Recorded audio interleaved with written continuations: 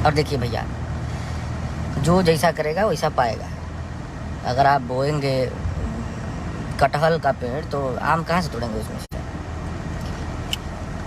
तो जैसी करनी वैसी भरनी। ये सब चल रहा है आजकल इंडस्ट्री में, ये सब ना हो तो बेहतर है, क्योंकि कब बात बिगड़ जाए कोई ठीक नहीं है।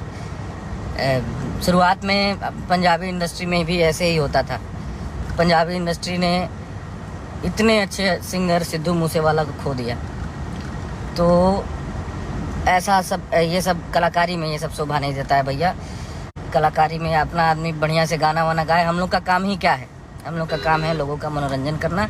अपने भाई जो हमसे जुड़े हुए हैं, जो उत्तर प्रदेश बिहार के जो लोग इतना ज़्यादा, पूरे विश्व में भोजपुरी को इतना ज़्यादा जो लोग प्यार करते हैं, उनके उम्मीदों और आकांक्षाओं पे खरे उतरना, वो जो चाहते हैं उनको सुनाना, यही हम लोग का काम है। और